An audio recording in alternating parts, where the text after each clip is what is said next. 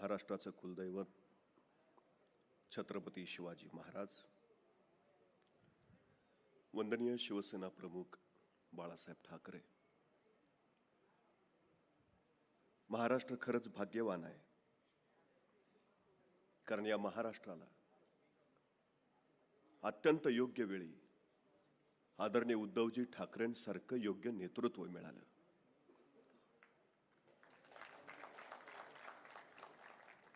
सरळ सुरळीत आणि सुस्थितीत चालू असताना कारभार करणं वेगळं आणि संकटांची मालिका कोसळत असताना महाराष्ट्र त्यातून सुखरूपपणे बाहेर काढत प्रगती पथावर नेणं वेगळं.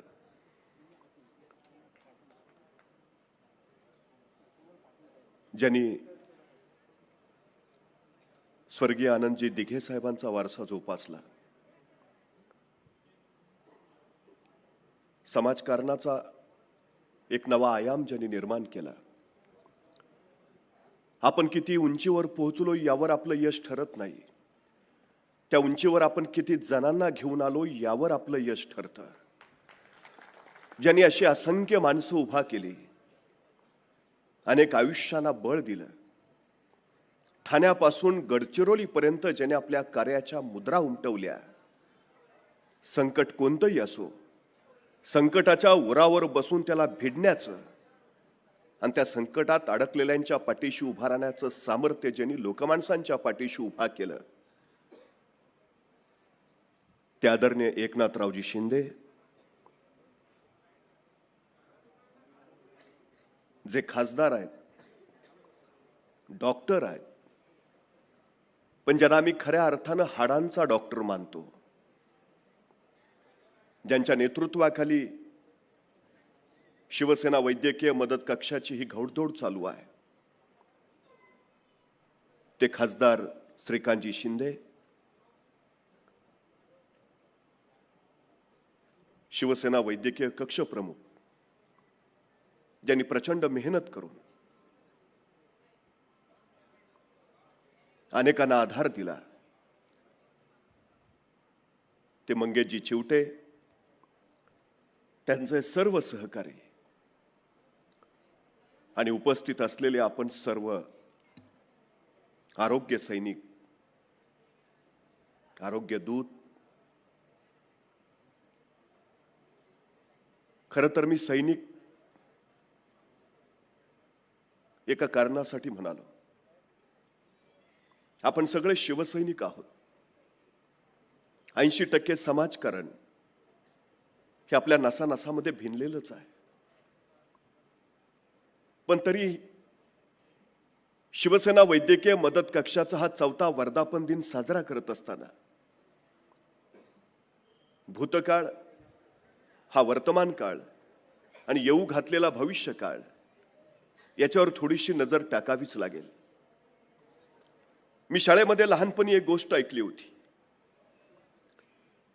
एक टोपीवाला आपल्या डोक्यावर टोप्यांची पेटी घेऊन गावोगावी टोप्या विकत फिरायचा. एके दिवशी तो एका जंगलातून निघाला.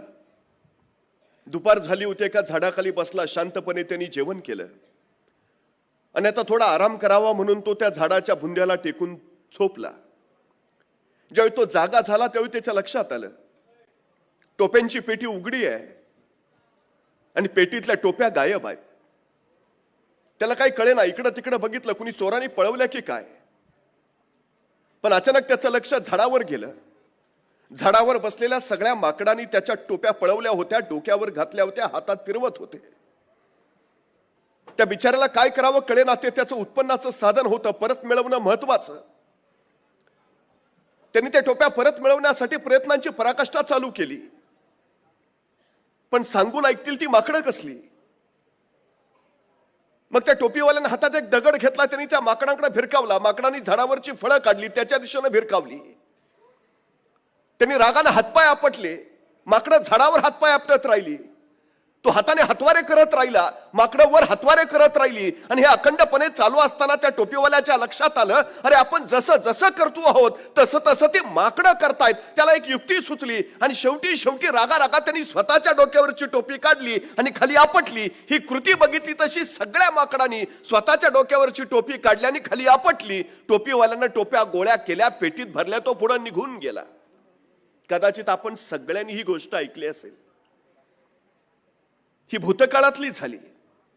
वर्तमान काळामध्ये या गोष्टीचा आता दुसरा भाग आलाय. याच टोपीवाल्याचा नातू त्याच व्यवसायामध्ये उतरला. त्याच्या व्यवसायाचा पहिला दिवस. टोप्यांची पेटी घेऊन तो निघाला. पण जाण्यापूर्वी या टोपीवाल्यानं म्हणजे त्याच्या आजोबांनी त्याला जवळ बोलावलं आणि सांगितलं की तुला युक्तीच्या 4 गोष्टी सांगतो. आता तू ज्या दिशेनं निघालाय त्या दिशेला एक जंगल लागेल. तिथं जाईपर्यंत दुपार होईल. त्या जंगलात बसूनच तू जेवशील. थोडंसं तुला विश्रांती घ्यावंसं वाटेल, डुलकाय लागेल, झोपशील. झोपल्यानंतर उठून पाहशील त्यावेळी तुझ्या पेटीतल्या टोप्या गायब झालेल्या दिसतील. गोंधळून जाऊ नकोस, गडबडून जाऊ नकोस, शांत राहा. टोप्या कुणी चोरानी नव्हे तर झाडावरच्या माकडाने पळवलेल्या असतील. फक्त एक गोष्ट लक्षात घे, तू जसं करशील तसं ती माकडं करत जातील. मग तू पहिल्यांदा हातवारे कर, माकडं हातवारे करतील. मग तू दगड मार, माकडं फळं मारतील. हा खेळ रंगवत रंगवत नाही आणि शेवटी तू तुझ्या डोक्यावरची टोपी काढ म्हणजे माकडं टोप्या टाकतील. तू उचल, पेटीत भर आणि चल. ना तू टोपी घेऊन आला. दुपारच्या वेळेस जंगलात पोहोचला. जेवण झालं. एका झाडाला टेकून झोपला. उठून बघितलं तर पेटीतल्या टोप्या गायब. आजोबांनी सांगितलं होतं तसं सगळं नेमकं घडलं. पुढची युक्तीही सांगितली होती आणि मग त्यांना जसं सांगितलं होतं तसं सगळं करायला सुरुवात केली. त्यांनी माकडांच्या दिशेनं दगड मारला, माकडांनी फळट मारली. त्यांनी हातवारे केले, माकडं हातवारे करू लागली. त्यांनी हातपाय आपटले, माकडं हातपाय आपटू लागली. आणि शेवटी आजोबांनी जसं सांगितलं होतं त्यांनी तसं केलं. खेळ रंगवत नेला. डोक्यावरची टोपी काढली आणि झप दिशी खाली आपटली आणि वाट बघू लागला की आता माकडं ही टोप्या टाकतील. पण 2 मिनिटं झाली, 5 मिनिटं झाली. आजोबांनी सांगितल्यासारखी माकडं काय टोप्या टाकेनात. तो म्हटला, अरे आजोबांनी तर असंच सांगितलेलं की मी डोक्यावरची टोपी काढली की माकडंही करणार, खाली टाकणार. ही का टाकत नाहीत? त्यांनी तीच कृती 2-3 वेळा केली. परत डोक्यावर टोपी घातली, काढली, आपटली. आता नाही. वैतागला. 5, 10, 15, 20 मिनिटं गेली. अर्धा तास झाला. शेवटी डोक्याला हात लावून तो तिथंच खाली बसला. काही क्षणानंतर त्याला समोर हालचाल जाणवली. डोळे उघडून बघितलं तर झाडावरचं एक माकड खाली येऊन त्याच्यासारखंच डोक्याला हात लावून बसलं होतं आणि त्याला म्हणत होतं, तुला काय वाटलं? तुला एकट्यालाच आजोबा आहेत? अरे तुला जसं तुझ्या आजोबांनी पुढच्या गोष्टी युक्तीच्या सांगितल्या तसे आम्हालाही आजोबा होतेच की. आम्हालाही काय करायचंय ते सांगून ठेवलंय. गोष्टीचा मतितार्थ जर लक्षात आला असेल, पिढीनंतर सगळे सजग होतात, सावध होतात, 2 पावलं पुढे जातात. आपण मागच्या संकटावर युक्ती शोधून ठेवतो पण तोपर्यंत नवं संकट पुढे येऊन टाकलेलं असतं. मागची युक्ती पुढच्या संकटाला चालत नाही. ही सगळ्यात मोठी वस्तुस्थिती आहे. भूतकाळातले आजार, भूतकाळातली औषधं. पण अचानक आता आजाराची सुद्धा 3री पिढी आज समोर आली. कोरोनानं एक नवं संकट तुमच्या माझ्या समोर केलं. या संकटांशी कसं भिडायचं हे कदाचित आमच्या आजोबांनी सांगितलं नव्हतं. पण आजाराचे जंतू मात्र तितकेच तरबेज होत पुढं इथून पुढच्या सुद्धा काळात येत राहतील. कदाचित आम्ही असं म्हणत होतो की 3रं महायुद्ध पाण्याचं होईल, ते जलयुद्ध म्हणून गणलं जाईल. कदाचित अणुबॉम्बचा शोध लागल्यावर आता अणुयुद्ध होईल असं सांगितलं झालं. पण इथून पुढच्या काळामध्ये युद्ध शस्त्रांनी नव्हे तर इथून पुढची युद्ध ही विषाणू युद्ध असतील. ही सगळ्यात महत्वाची गोष्ट आहे. आणि या विषाणू युद्धांचा मुकाबला जर करायचा असेल तर आम्हाला आरोग्य सैनिकांचीच गरज पडणार आहे. सीमेवरचे सैनिक जेवढे सतर्क आणि जागरूक राहतील तेवढं राष्ट्राचं रक्षण होईल. पण राष्ट्रातले आरोग्य सैनिक जेवढे सतर्क आणि जागरूक राहतील तेवढं राष्ट्रातल्या नागरिकांचं रक्षण होईल. ही सगळ्यात महत्वाची गोष्ट आहे. आणि मला अभिमानानं सांगावंसं वाटतं की महाराष्ट्रामध्ये शिवसेना वैद्यकीय कक्षाच्या माध्यमानं अशी समर्थ आरोग्य सैनिकांची फळी गेल्या 4 वर्षामध्ये आपण उभा केली आहोत की जेणेकरून या कोरोनाच्या संकटामध्ये प्रचंड मोठं काम शिवसेनेच्या वतीनं, शिवसैनिकांच्या वतीनं, शिवसेना वैद्यकीय मदत कक्षाच्या वतीनं आपण करून दाखवलं. ही सगळ्यात महत्वाची गोष्ट आहे. आपलं सुरुवातीला मी सगळ्यांचं मनपूर्वक अभिनंदन एवढ्यासाठी करतो की हजारो जीव आपण वाचवलेत, हजारो जीवांच्या जीवलगांचा श्वास आपण वाचवलाय, त्यांच्या आयुष्याचा ध्यास आपण वाचवलाय, त्यांच्या आयुष्याचा अखंड प्रवास आपण वाचवलाय. खरं तर आपल्याला माहिती असेल नसेल आपण किती प्रचंड मोठं काम केलंय. रस्त्यात अपघात झाल्यावर एकाने त्या अपघातग्रस्ताला पटकन उचललं आणि दवाखान्यात दाखल केलं. त्याच्या मित्रांनी त्याला विचारलं, अरे कशासाठी? असे रोज कितीतरी अपघात होतात, तू किती जणांना वाचवशील? या एकाला वाचवल्यामुळं जगावर काय फरक पडणार आहे? तो वाचवणारा मित्र म्हणाला, जगावर काय फरक पडणार आहे मला माहिती नाही, पण मी ज्याला वाचवलंय त्याला मात्र नक्की फरक पडेल एवढं मात्र मला कळतं. एक आयुष्य आपण वाचवू शकलो, एक जीव आपण वाचवू शकलो तर अनंत पिढ्या तुमचं ऋण व्यक्त करत राहतात. ही सगळ्यात मोठी गोष्ट आहे. प्राण वाचवणारे डॉक्टर जर देव असतील तर त्या डॉक्टरांपर्यंत घेऊन जाणाऱ्यांना देवदूतच मानलं पाहिजे. मी आपल्या सगळ्या देवदूतांचं तेवढ्यासाठी कौतुक आणि अभिनंदन करतो. खरं तर आयुष्यात दोन गोष्टी फार महत्वाच्या आहेत. एक आहे वेळ आणि दुसरं आहे आरोग्य. जो माणूस वेळेवर चालतो, वेळेवरच सगळं करतो, त्याच्या आयुष्यात हॉस्पिटलवर जायची वेळ येत नाही असं सांगितलं जातं. खरं तर उत्तम आरोग्य हा आनंदाचा, समाधानाचा अक्षय ठेवा असतो. पण सगळ्यात मोठी गोष्ट अशी की वेळ आम्हाला फुकट मिळते आणि शरीर हेही आम्हाला फुकट मिळतं. त्यामुळे कदाचित या दोहोंची किंमत आम्हाला नसते. ही आमची सगळ्यात मोठी अडचण आहे. खरं तर आम्हा शिवसेना वैद्यकीय कक्षाच्या या सैनिकांनी एक गोष्ट प्रामुख्यानं लक्षात ठेवली पाहिजे. माझं वैयक्तिक मत असं आहे की एखादा रुग्ण झाल्यावर, तो आजारी पडल्यावर त्याची मदत आपण करतोच आहोत, पण ती मदत करण्यापेक्षा तो आजारीच पडू नये, तो रुग्णालयाच्या दिशेनं जाऊच नये, यासाठी जर आपल्याला काम करता आलं तर ते काम आपलं सगळ्यात मोठं काम ठरेल. ही सगळ्यात महत्वाची गोष्ट आहे. एखाद्या रुग्णालयाच्या उद्घाटनाच्या वेळी आम्ही कायम सांगतो की हे रुग्णालय सतत रिकामं राहावं एवढ्याच आमच्या सदिच्छा आहेत. हे चालावं हा आमचा पराजय आहे, पण हे रिकामं राहणं हे खऱ्या अर्थानं आमच्या विजयाचं काम आहे. त्यामुळे सगळ्यात महत्वाचं काम जर तुमचं माझं कुठलं असेल तर लोकमानसांमध्ये आरोग्याच्या प्रति विलक्षण जागरूकता निर्माण करणं हे पहिलं काम आम्हाला साधावंच लागेल. सगळ्यात महत्वाची गोष्ट आहे, वेळ महत्वाची आहे, पण या महत्वाच्या गोष्टीची किंमत मात्र कुणाला नाही, ही आमची सगळ्यात मोठी अडचण आहे. खरं तर वेळ ना पुढे नेता येते, वेळ ना मागं आणता येते. बऱ्याच वेळा आपण सांगत असतो की खरं तर वेळ आनंद देते, वेळच पश्चाताप देते, वेळच हात देते, वेळच साथ देते, वेळच घात करते. कधी आम्ही म्हणत असतो की वेळ खराब होती. खरं तर वेळ चांगलीही नसते आणि वेळ वाईटही नसते. बेफिकीर आणि बेपरवा फक्त आपण असतो. ही सगळ्यात महत्वाची गोष्ट आहे. आयुष्य कुणाला वाटून देता येत नाही. आयुष्यातला वेळ आपल्यातला कुणाला काढून देता येत नाही. दुसऱ्याचा वेळ आपल्यासाठी आपल्याला वापरता येत नाही. आपला वेळ उद्यासाठी थोडा साठवून ठेवूया म्हणून तो साठवता येत नाही. तर ही वेळ अमूल्य गोष्ट आहे. ही वेळ जर आपण सांभाळली, वेळेवर स्वार होणं जर आम्हाला जमलं तर आयुष्यावर स्वार होणं आणि यशाच्या पताका फडकावणं आम्हाला सहजपणे जमून जाईल. ही सगळ्यात मोठी गोष्ट आहे. जो वेळेची किंमत जाणतो खऱ्या अर्थानं त्यालाच आयुष्याची किंमत कळते, आणि ज्याला आयुष्याची किंमत कळते त्याला स्वतःच्या शरीराची किंमत कळते. ही सगळ्यात महत्वाची गोष्ट आहे. खरं तर एक गोष्ट आपण लक्षात घ्यायला हवी. आपण आपल्या कपड्यांची काळजी करतो, पण कपडे ज्या शरीरासाठी आहेत त्या शरीराची मात्र आपण किती काळजी करतो हा सगळ्यात महत्वाचा विषय आहे. डोळ्यावरच्या गॉगलला आपण प्राणपणानं जपतो, पण गॉगलची जेवढी काळजी घेतो तेवढी आपण आपल्या डोळ्यांची काळजी घेतो का? हा सगळ्यात मोठा चिंतनाचा आणि संशोधनाचा विषय आहे. खरं तर आपण आपल्या शरीराची काळजी घेणं हा सगळ्यात पहिला मूलमंत्र जपला पाहिजे. एक गोष्ट आपण लक्षात घ्यायला हवी. स्वामी विवेकानंद ज्यावेळी भारत भ्रमण करून देशामध्ये परत आले त्यावेळी त्यांनी लक्षात आणलं की इथली अनारोग्याची परिस्थिती आणि निरोगी नसलेली शरीर संपदा ही सगळ्यात प्रमुख अडचण आहे. त्यावेळी स्वामी विवेकानंद असं म्हणाले होते, तुम्ही गीता वाचत असाल तर गीता वाचण्याबरोबर तुम्ही मैदानात फुटबॉल सुद्धा खेळायला हवं. कारण फुटबॉल खेळून तुमचं शरीर मजबूत होईल आणि ज्यावेळी शरीर मजबूत होईल त्याच वेळी हातातली गीता समजायला तुम्हाला सुरुवात होईल.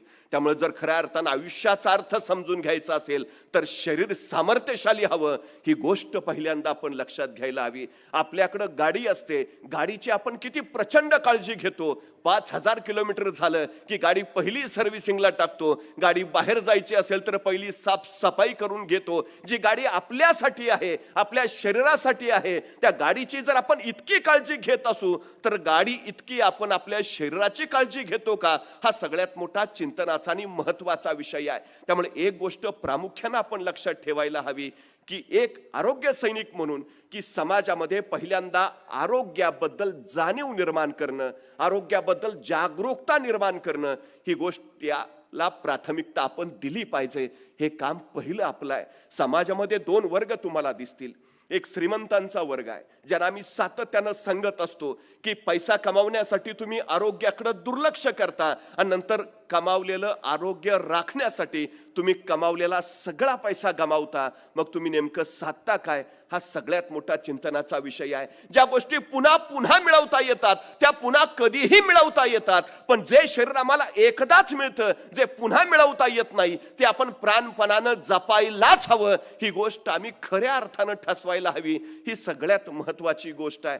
कारण एक गोष्ट लक्षात घ्या, आम्ही कशाच्या मागं धावतो याचंही चिंतन मंथन आम्हाला केलं पाहिजे. एखाद्याचा डोळा खराब होतो, 10-15 लाखामध्ये नवा डोळा बसवून येतो. एखाद्याची किडनी खराब होते, 25-40 लाखामध्ये किडनी सुद्धा बदलून मिळते. एखादी रक्तवाहिनी खराब होते, 2-5 लाखात रक्तवाहिनी बदलून मिळते.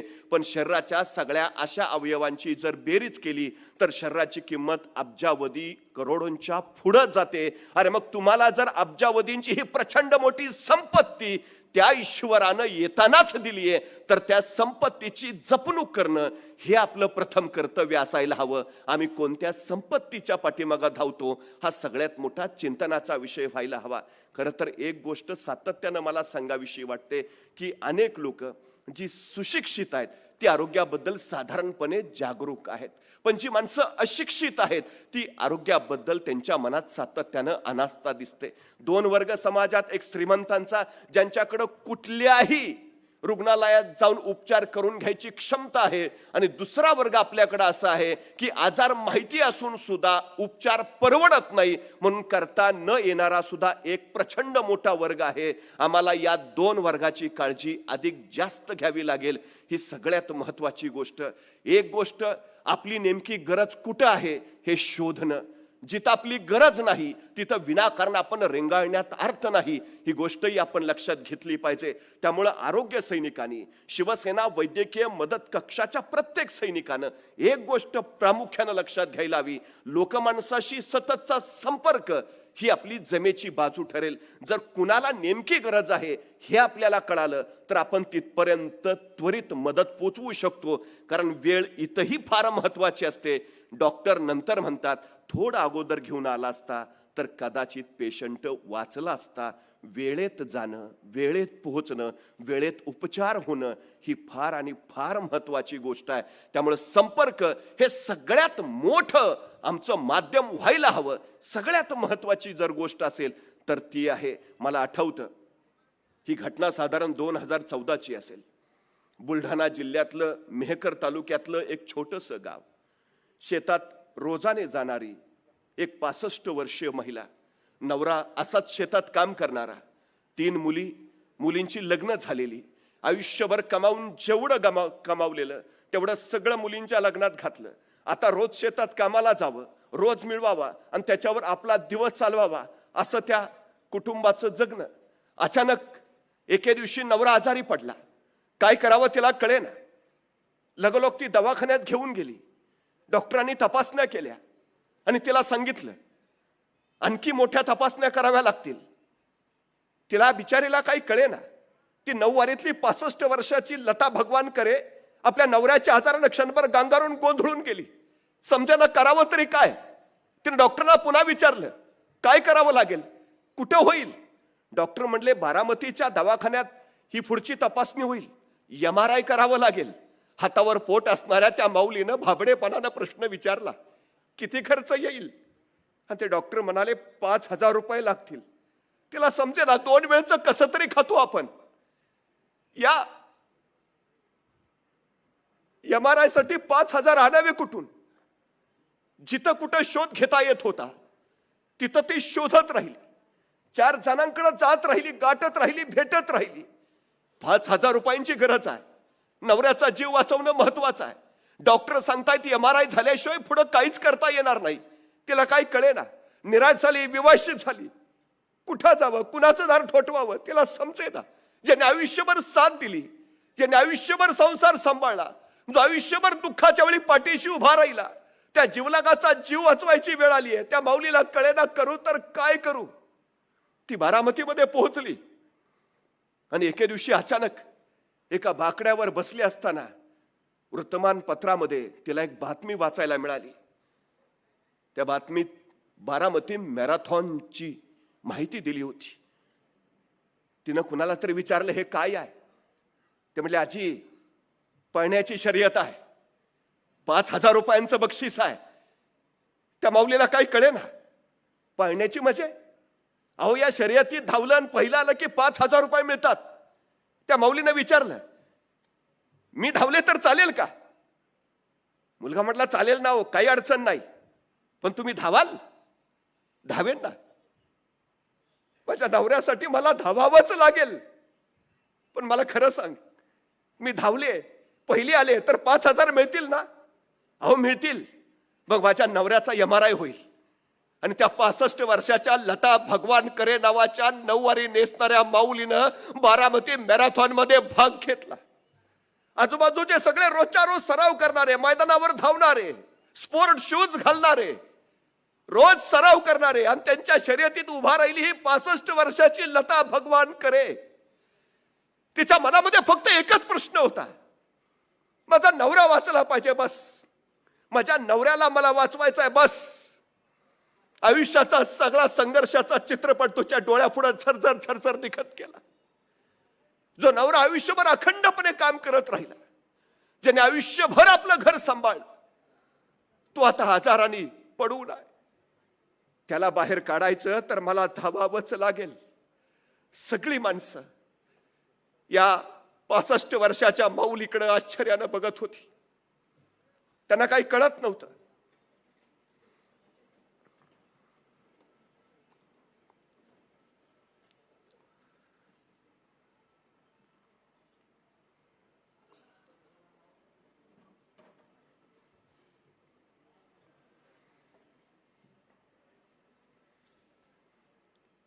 त्या शर्यतीत भाग घेतलेली सगळी माणसं त्या 9 वारी नेसलेल्या 65 वर्षाच्या त्या लता भगवान करेकडे बघत होती. कदाचित ही माऊली शर्यत बघायला आली असेल, कदाचित या माऊलीचा कोणी नातू भाग घेतला असेल, पण काही वेळानंतर सगळ्यांना कळून चुकलं, ही माऊली धावायला आली आहे. माणसं तिच्याकडे बघायची, 9 वारी नेसलेली, पायात रबरी स्लीपर असलेली, ही माऊली पळणार आहे.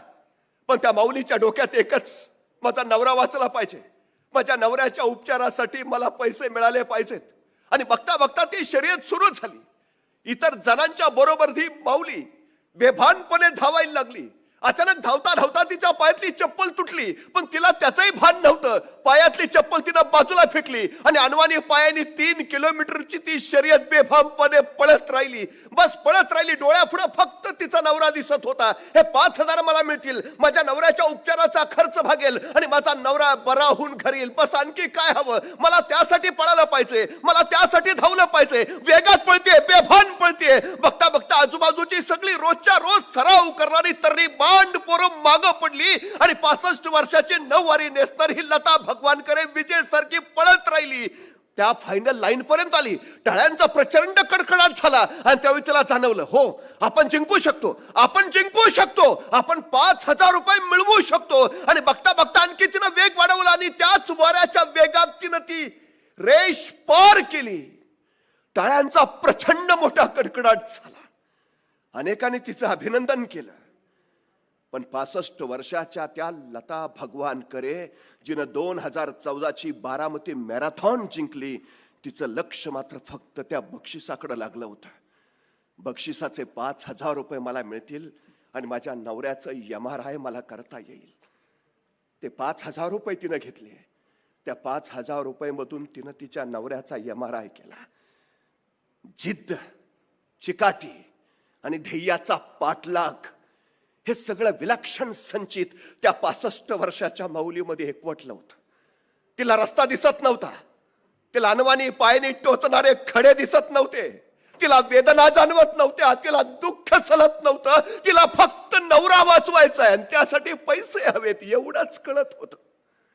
आणि त्यापोटी ती धावली. तिनं बारामती मॅरेथॉन जिंकली. खर तर अशा अनेक लता भगवानकडे आपल्या जीवलागाचा इलाज व्हावा म्हणून इथून तिथून सतत धावतायत. प्रचंड वेगात धावतायत. जीवघेणी प्रयत्नांची पराकाष्ठा करतायत.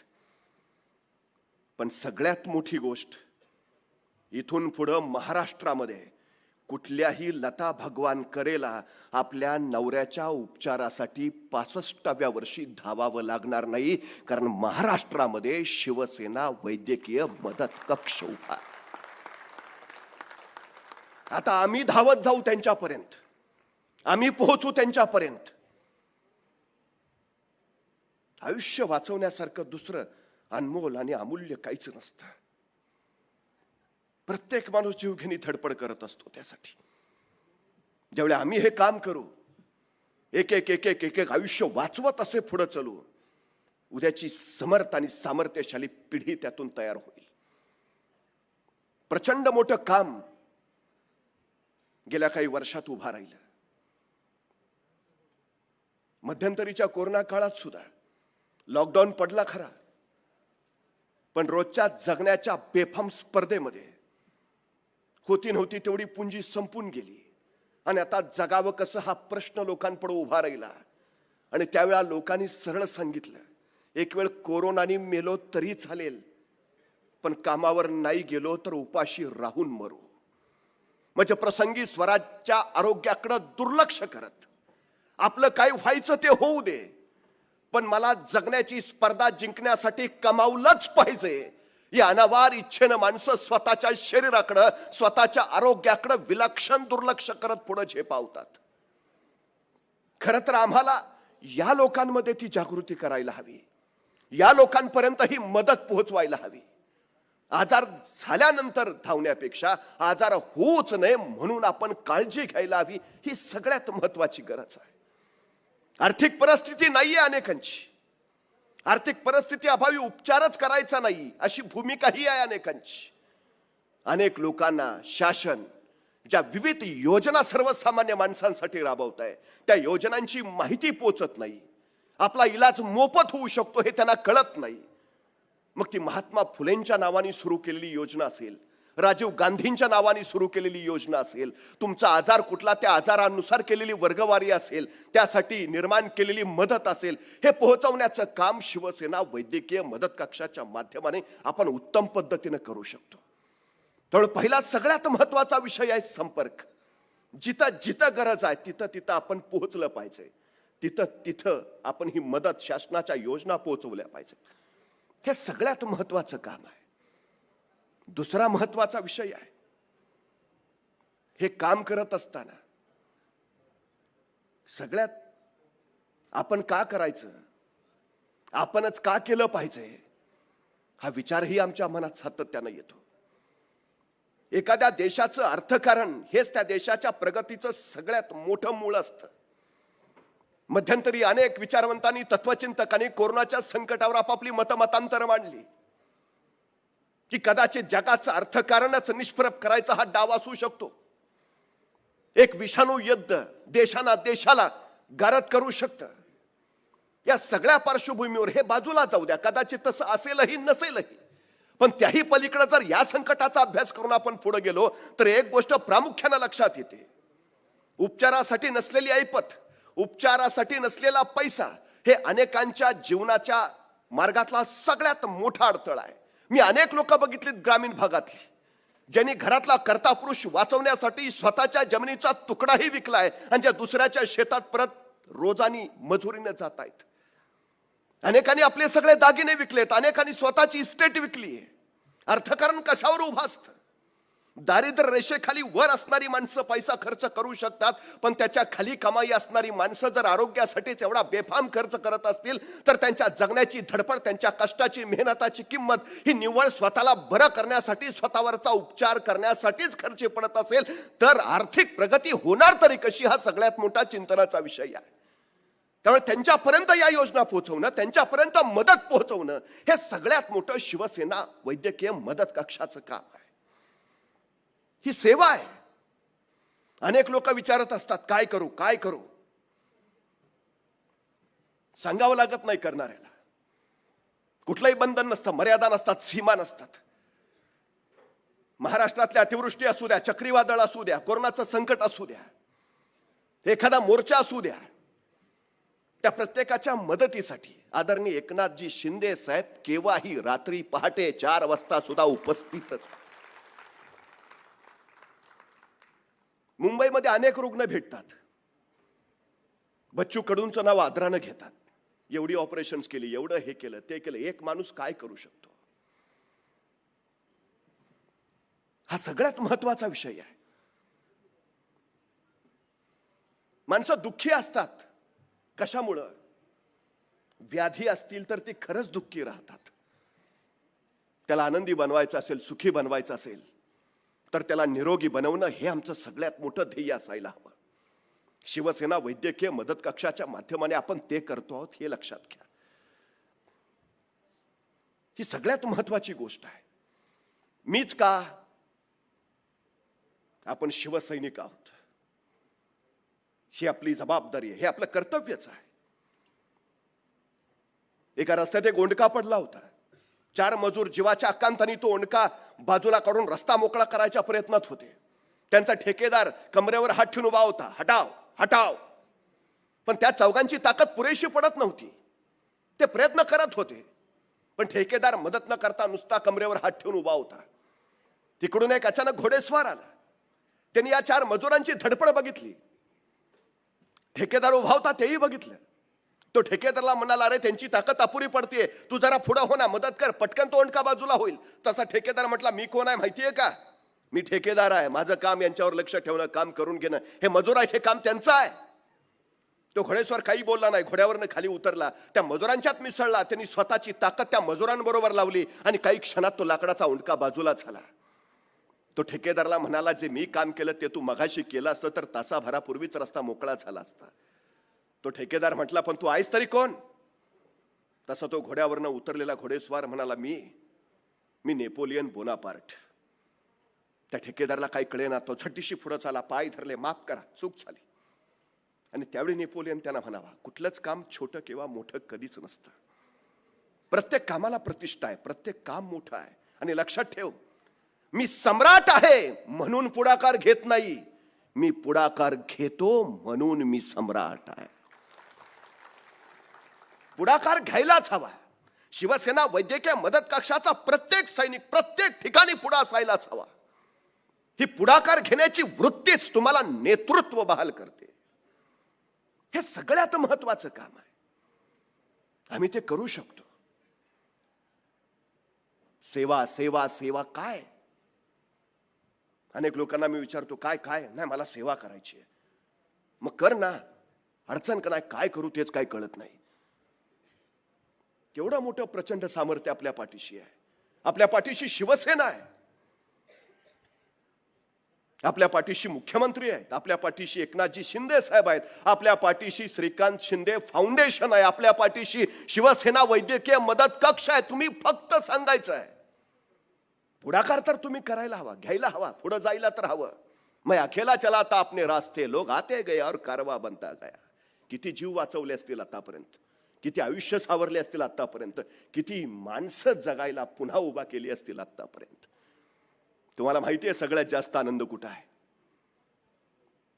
एक राजा होता, श्रीमंत होता, पण झोपच येत नव्हती रात्रीची. सगळे डॉक्टर केले, सगळे वैद्य केले, काही झोपच येईना. देशोदेशीचे वैद्य बोलवून झालं, पण उपचार नाही. शेवटी एक साधू आला.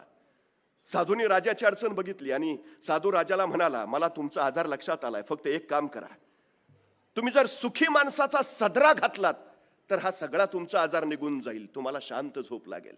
त्याने आपल्या सगळ्या सैनिकांना, सेनापतींना, प्रधानांना सांगितलं, काही करा, कुठेही जा, पण सुखी माणसाचा सदरा शोधून आणा. बस सगळं सैन्य कामाला लागलं. जिकडं जाईल तिकडं प्रत्येक माणूस कुठल्या तरी विवंचनेत, प्रत्येक माणूस कुठल्या तरी चिंतेत, प्रत्येक माणूस कुठल्या तरी दुःखात. सुखी आहे असं म्हणायला कोण तयारच नाही.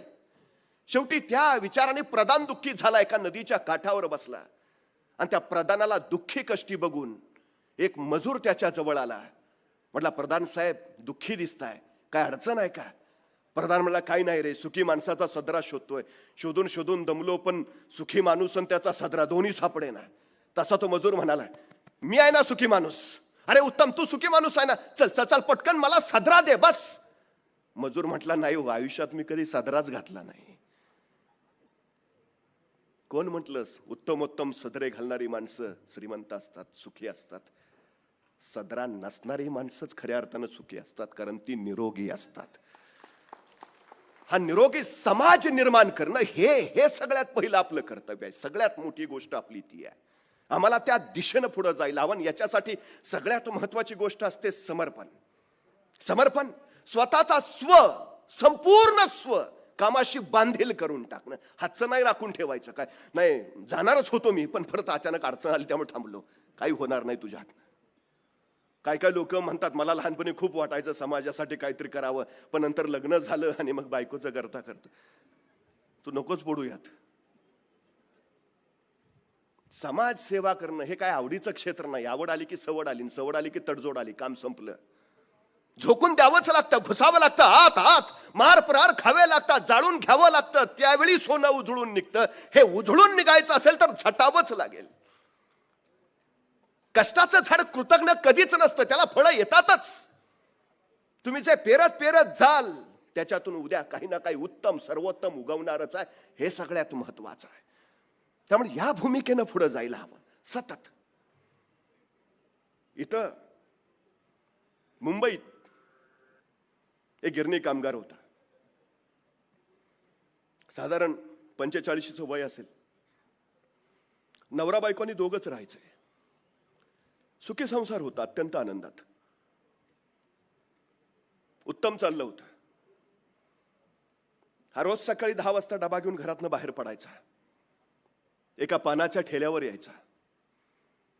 त्यावेळी ₹2.25 साधं पान विकत मिळायचं.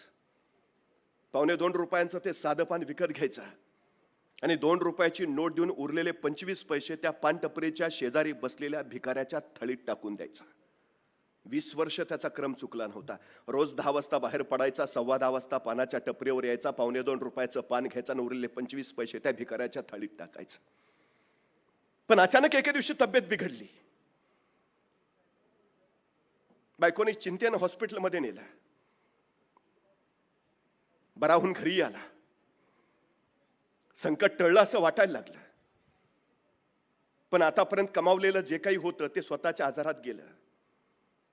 काही दिवस नीट गेले, पण त्या पानाच्या टपरीवर जायचं, ₹2.25 पान खायचं, उरलेले 25 पैसे त्या भिकाऱ्याच्या थाळीत टाकायचा क्रम अखंड चालू राहिला. काही दिवसांनी त्याची बायको आजारी पडली. काळजीपोटी त्यानं लगबगीनं हॉस्पिटलमध्ये नेलं. तपासण्या वगैरे सगळं झाल्या आणि डॉक्टरांनी सांगितलं कॅन्सर आहे. पायाखालची वाळू सरकली. थरथर डॉक्टरांना विचारलं, डॉक्टर खर्च किती येईल? आणि डॉक्टरांनी सांगितलं ₹1,00,000 तरी. त्याला कळे ना, काही दिवसापूर्वीच माझ्या आजारात होता नव्हता तेवढं सगळं गेलं. आता बायकोच्या उपचारासाठी पैसे आणावे कुठून, करावं तरी काय? त्याला समजे ना. डॉक्टरना म्हणाला करतो व्यवस्था. डॉक्टर म्हणाले उद्या संध्याकाळपर्यंत पैसे येऊन भरा, तरच तुमच्या बायकोचं ऑपरेशन होईल आणि तरच तुमची बायको वाचेल. आता मात्र काळजाचं पाणी पाणी झालं, करावं तरी काय? जेवढे नातेवाईक होते तेवढ्या सगळ्यांच्या दारापुढे उभा राहिला. पण सुखात सगळे सोबती असतात, दुःखात साथ देईल तो खरा सोबती ना. पण अशी माणसं भेटायला तर हवीत. सगळ्यांनी दारं लावून घेतली. मित्रांची दारं ठोठावली, त्यांनी दारं लावून घेतली. करावं काय कळे ना. फिरत राहिला मुकाटपणे. 20 वर्षाचा संसार डोळ्यापुढे झरझर निघून गेला, जिनं कधीही अंतर दिलं नाही, जी कायम सावलीसारखी माझ्या सोबत राहिली, जी कायम माझा प्रत्येक आजार प्रत्येक दुखणं सोसत राहिली. आज ती स्वतः आजारी पडलीये, तिला माझी गरज आहे. 1,00,000 रुपये भरायला हवेत तर तिचं ऑपरेशन होईल, तर ती वाचेल. पण करू तरी काय? सगळी दारं ठोठावून बघितली पण कुठूनच काही कळेना. विवशपणे रस्त्याने निघाला. डोक्यात फक्त 1,00,000 रुपयाचं चित्र होतं. अचानक रस्त्यात मधोमध ठेवलेला दगड दिसला आणि त्याला वाटलं कुठल्या तरी गोष्टीत वाचलं होतं. दगडाखाली पैसे असतात. झपाटल्यासारखा धावत गेला. तो दगड सरदिशी बाजूला सरला, पण दगडाखाली काहीच नव्हतं. परत निराश झाला. काळजाचा दगड करून चालत राहिला. करावं तरी काय? दिवस त्यातच गेला. दुसऱ्या दिवसाची सकाळ झाली. कुठं जावं, काय करावं वाटलं. एका क्षणी जावं, समुद्राच्या पुढे उभा राहावं, झोकून द्यावं स्वतःला. अरे तो नवराच काय जो स्वतःच्या बायकोला वाचवू शकत नाही, तिला आजारपणातून बाहेर काढू शकत नाही. माझा जगून तरी काय उपयोग आहे? झरझर केला. चौपाटीवर पोहोचला आणि बघता बघता कठोर होत त्यांनी स्वतःला समुद्रात झोकून दिला. गेला आत आत. गळ्यापर्यंत पाणी लागलं. श्वासही गुदमरला आणि क्षणात फाळून वर आला. अरे जर मीच असं केलं तर मरताना शेवटच्या क्षणी माझ्या बायकोजवळ कोण असेल हे जर तिला कळालं तर. आणि त्याला आठवलं रात्री दवाखान्यातून निघताना बायकोनी हात हातात घेतलेला. धनी, माझी काळजी करू नका, माझ्यासाठी त्रास करून घेऊ नका, नसतील पैसे जमत राहू द्या, पण स्वतःच्या जीवाला घोर लावून घेऊ नका. मृत्यूच्या काठावर असताना सुद्धा त्याची बायको त्याचीच काळजी करत होती आणि आपण काही करू शकत नव्हतो तिच्यासाठी. विवायचा पुन्हा चालत चालत निघाला स्वतःच्या तंद्रीत. अचानक कुठून तरी हाक मारल्याचा भास आला. चालत होता तसाच. पुन्हा पुन्हा हाक कानावर आली. वळून बघितलं. गेली 20 वर्ष ज्या पानाच्या ठेल्यावरनं नेमानं पान खात होता तो पानवाला याला बोलावत होता. ओ साहेब. जड पावलाने त्याच्या जवळ गेला. काय साहेब, गेली 20 वर्ष पान खायचा नेम चुकला नाही तुमचा, आणि 4 दिवस झालं फिरकला नाही. त्याला कळे ना, हुंदका दाटून आला. डोळ्यातनं खळखळ पाणी ओखळलं. बायको आजारी आहे, दवाखान्यात आहे, ऑपरेशन करायचं आहे, 1,00,000ची गरज आहे. वनवन फिरतोय रे, पण कुठूनही काही होईना. आज संध्याकाळी जर पैसे नाही दिले तर उद्या बायको नाही वाचणार. काय करावं कळेना. तो पानाचा ठेलेवाला गदगदला. त्याने त्याच्या खांद्यावर हात ठेवला. म्हटला, साहेब, ही पानाची टपरी विकली तर 25,000 येतील. तुम्ही म्हणत असला तर आत्ता. म्हटलास त्यात आलं रे सगळं. काय होणार त्याने? उरलेल्या 75चा प्रश्न तसाच राहतो. ठीक, छान बोललास, त्यातच आलं सगळं. भरल्या डोळ्यांनी जड पावलांनी निघाला परत. आज संध्याकाळची वेळ आहे. जाताना शेवटचं बायकोचं दर्शन तरी घ्यावं, भेटावं एकदा तिला, सांगावं नाही वाचवू शकलो तुला. हॉस्पिटलमध्ये पोहोचला, पण बायकोकडे आज जायचं धाडस होईना. काचेतूनच तिच्या शांत चेहऱ्याकडे बघत राहिला. आयुष्यभर हिनं साथ दिली. आपण मनातल्या मनात स्वतःला कुडत राहिला, कोसत राहिला. तिथंच खाली बसला, गुडघ्यात डोकं खुपसलं आणि ढसढसा रडत राहिला. आणि अचानक कुणीतरी पाठीवर हात ठेवला. ओ साहेब, या कागदावर सही करा. तुमच्या बायकोचं ऑपरेशन करायचं आहे. 20 लकाकल्यासारखा ताडकन उठला. पण पैसे पैसे पैसे कोणी भरले? 1,00,000. तो काय, तो घोंगडं पांघरलेला मनुष्य आहे ना, तो तुमच्या बायकोच्या ऑपरेशनचे 1,00,000 रुपये भरून आत्ताच निघालाय. त्यांनी तो सहीचा कागद तसाच फेरकावला. पळत पाठीमागं गेला. घोंगडं पांघरलेला त्या माणसाला त्यांनी पाठीमागून कडकडून मिठी मारली. तसाच खाली पायावर पडला. धन्य, तू माझ्या बायकोचा जीव वाचवलास, तू माझा संसार वाचवलास. का, कोण आहेस तू? त्यांनी मान वर करून बघितलं आणि आश्चर्याचा धक्का बसला. गेली 20 वर्ष ज्या पानाच्या ठेल्यावर नित्य नेमानं पान खात होता, $2.25 रुपये त्या पानवाल्याला देऊन उरलेले 25 पैसे ज्या भिकाऱ्याच्या थाळीत टाकत होता, तो भिकारी याच्या बायकोच्या ऑपरेशनचे 1,00,000 रुपये भरून निघाला होता.